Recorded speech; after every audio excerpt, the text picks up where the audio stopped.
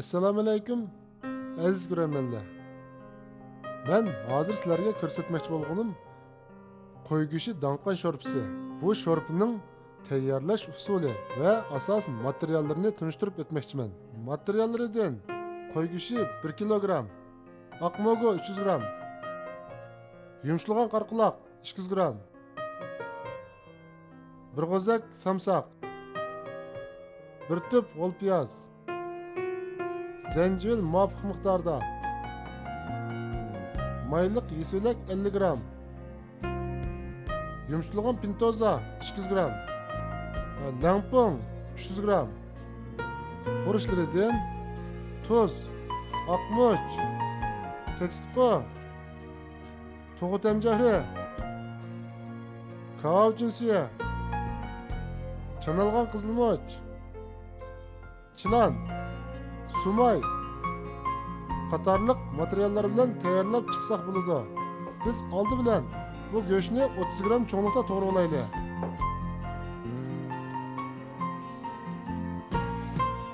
Go'shtni to'g'rab bo'ldik. Biz bu ko'rik suv quyib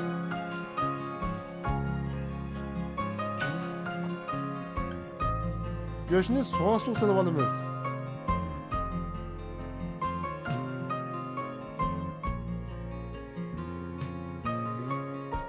Bu suv qaynag'ıcharlıqda bu qaldı materiallarni tayyorlab olaylik.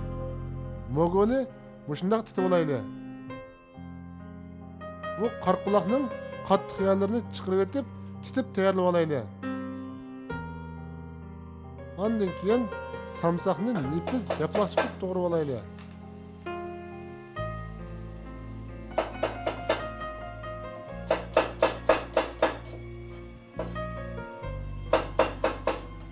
Bu ko'rim qaynab qopti. Biz bu sho'rpni ko'pkina olib olaylik.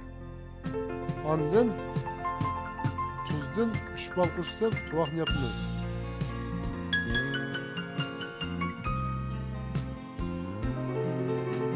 Bu go'shtni yumshoq va qattiq qarta vaqtni o'zingiz belgilab, suz o'tda pishirsangiz bo'ladi. Ondan bu zanjibilni nepiz yaplashib qo'yib olaylik.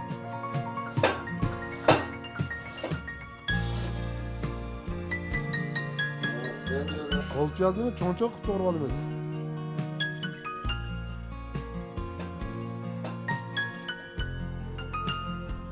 Haydayni uzun qalam chiqib to'g'rab tayyorlab olaylik.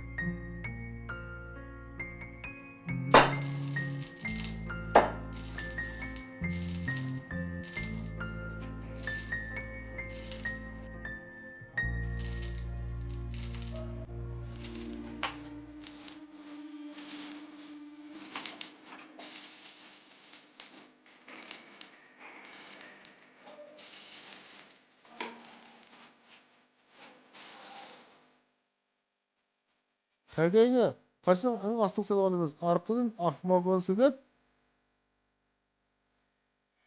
ustiga yumshalgan pintozni solamiz.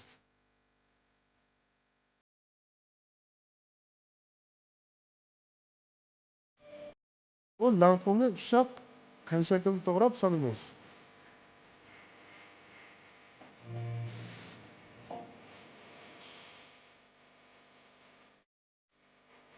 Ondan tayyorlangan qarqaloqni solamiz. Bu go'shtni pishib qopti. Bu go'shtni ham ustiga solamiz.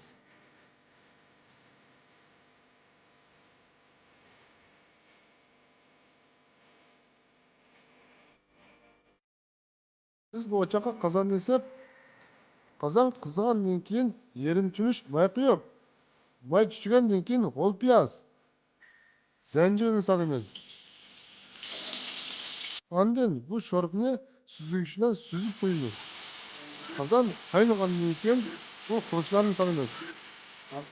Tuzdan 1 bal qo'shiq, tetikpo 1 bal qo'shiq, to'g'it amjahri 2 bal qo'shiq solib, orqadan kakao jinsini qo'yamiz. Qaynagandan keyin ko'pkina olamiz.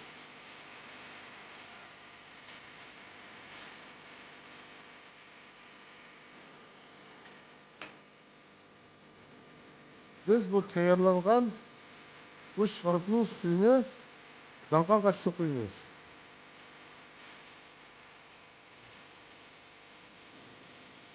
Bu danqan qattiqni o'choq qisib, ondan keyin bu chilanning o'tirtini yerib solamiz. Biz bu chilanning o'tirtini yerish maqsad vaqti o'tgan o'tmaganligini bilishga iborat.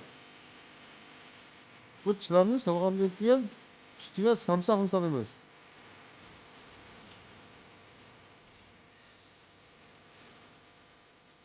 Ondan keyin bu mayliq yesolakni ustiga solamiz. Bu mayliq yesolakni eng ustiga solamiz. Chunki bu mayliq yesolak eng tez pishadi. Bu bo'lsa spiritli o'choq. Og'zi ochilib ham yopildi.